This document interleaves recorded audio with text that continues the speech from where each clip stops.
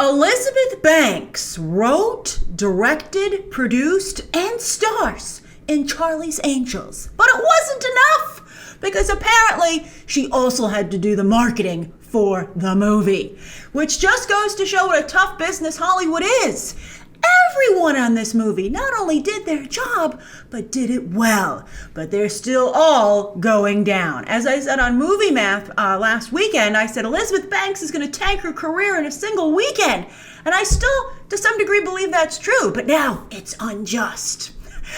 In fact, also, speaking of unjust, Ella Balinska, who is just wonderful here, was this close to being Catwoman. She made the shortlist.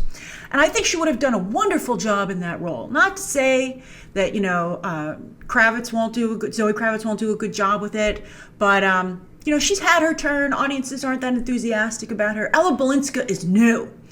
But it does make me wonder if maybe the reason she didn't get it is because Matt Reeves and Warner Brothers and DC didn't want any Charlie's Angels stink on their movie, right? And part of me is like, roll the dice. But I don't think we're going to talk about the fact that no one will believe this movie is good. I tweeted about it, and a lot of you were like, I don't believe you. And everyone who agreed with me was equally incredulous, because everyone goes into this movie with like rock bottom expectations. So even though Ella Balinska is so talented, I think she might have to make another small movie to get out of this Charlie's Angels funk, because I think even though she doesn't stink in the movie, and the movie itself doesn't stink, it's all about perception.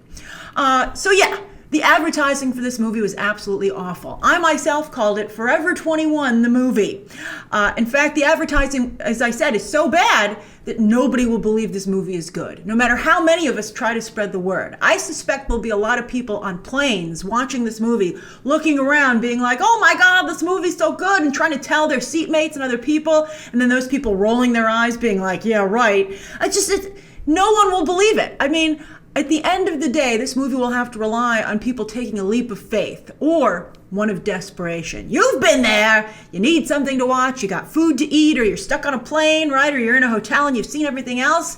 You will then click on Charlie's Angels out of desperation and be really surprised at how good it is. It's not, let's not get carried away. It's not like an amazing movie, but it's certainly a very good movie, and certainly as good as the Drew Barrymore and series. It's as good as Charlie's Angels has ever been. Now, sure, the movie can be a bit cringe, right? Especially in the first act, right? But what Elizabeth Banks is trying to do here, I would classify this as American Girls for adult women, which is a really cool idea. And it's so awesome, and Elizabeth Banks is mostly successful, that the movie wins you over fairly quickly. There's an awesome bait and switch scene early on in the film that's very well done. It's suspenseful. It's well orchestrated, like it makes sense. It's funny, right? It's glamorous. I love the locations and the fashions in this movie. And that's the sequence that fully won me over to this movie's side. And as I said, it's early on, so I was able to fully just let go and enjoy most of this movie. And all three leads are great. Kristen Stewart not only looks cool, like really cool, but is clearly having a lot of fun, and her fun is contagious. One of you tweeted back to me last night that she seemed unleashed, and I would agree. I think that's a great way to describe it. There's also a brief nod to her character being a lesbian or a bisexual, and considering Kristen Stewart's own sexual orientation and this movie striving to represent all women, I thought that was a nice touch. There's no time for romance for any of the Charlie's Angels. Well, there's a little bit with Ella Balinska and Noah Centineo, which I thought was quite charming. But for the most part, this movie about women has very little romance in it, and I think that's intentional. Maybe, I don't think they'll ever get a sequel, but maybe they could have explored that in the sequel if they'd gotten one. Naomi Scott is also very funny, but in a different way than Kristen Stewart. They're almost like Lucy and Ethel in terms of their vibe. A very good comedic duo who complement each other quite well. Meanwhile, Balinska is the ice queen who melts just a little, enough to make her human. And she's shockingly good at her action sequences. Like, wow. Now, sure, model-esque women can't take on grown men in one-on-one hand-to-hand combat, right? And the idea that they could, I think, has hurt the image of this movie a lot.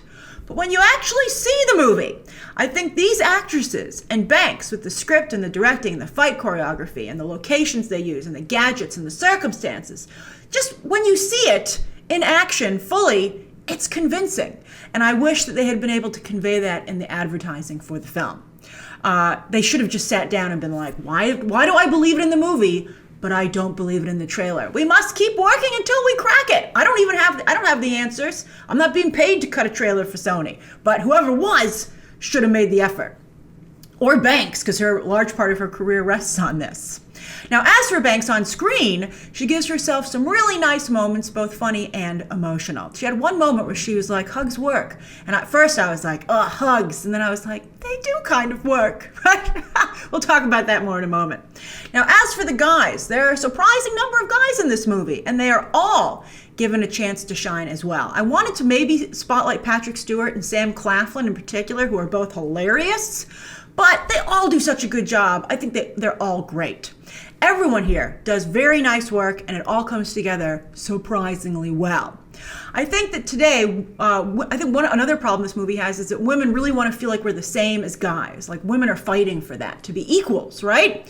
But women and men are not totally the same. And Elizabeth Banks is really leaning into that, which I think is why there's this first knee-jerk reaction of indignant, right? You're like, and because I think the trailer almost seemed like they were trying to say men and women were the same, but that's not how the movie is at all. And so at first, my knee-jerk reaction when I was watching the movie itself was like, oh, I don't like this. Why would spies wear pink sneakers? But then eventually I was like, this is pretty nice, and I do like those sneakers, right? I liked it. And speaking of nice, I love seeing movies like this and Bombshell, also coming out soon, where cool, powerful women, I've seen Bombshell already yet. The embargo lifts December 9th. But anyway, to see cool, powerful women supporting each other and working together, as I said, it's really nice. Now, you don't need to see Charlie's Angels in theaters. I'm not like, see it now, right? You can wait. But when you finally do see it, I'm telling you, you're going to be surprised at how good it actually is. And then you can share, you can come over to our side and have the experience of trying to tell other people that it's good and no one believing you. All right, as I said, a leap of faith or desperation is going to be what it takes to get you to watch this movie. All right, so that's my review of Charlie's Angels. Maybe I gave you a slight push, and I can be proud of that. A slight little push, right? So that's my review of Charlie's Angels. Share your own thoughts about the movie down below. Subscribe today. And of course, as always, you can check out some more videos right now.